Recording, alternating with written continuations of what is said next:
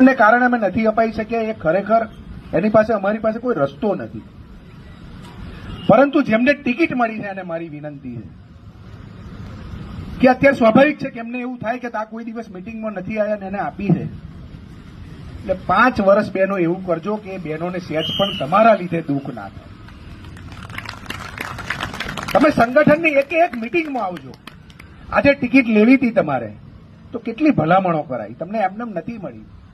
તમારા નામની સાથે અમારી પાસે 4 ઓપ્શન હતા, અમુક જગ્યાએ 10 ઓપ્શન હતા, પરંતુ એમને ટિકિટ ના આપીને જ્યારે તમને આપી છે તો મારી બધા જ કોર્પોરેટરોને વિનંતી છે કે ભારતીય જનતા પાર્ટીનો કોર્પોરેટર એ ભારતીય જનતા પાર્ટીના કાર્યકર્તા કરતા વિશેષ કામ કરે એવી ભારતીય જનતા પાર્ટીની અપેક્ષા છે. તમે જે કાર્યક્રમની અંદર મને ખબર છે કે કોર્પોરેશન પૂરું થયું પછી કેટલાય લોકો મિટિંગમાં નહોતા આવતા. કેમ ભાઈ? શું કરવા માટે?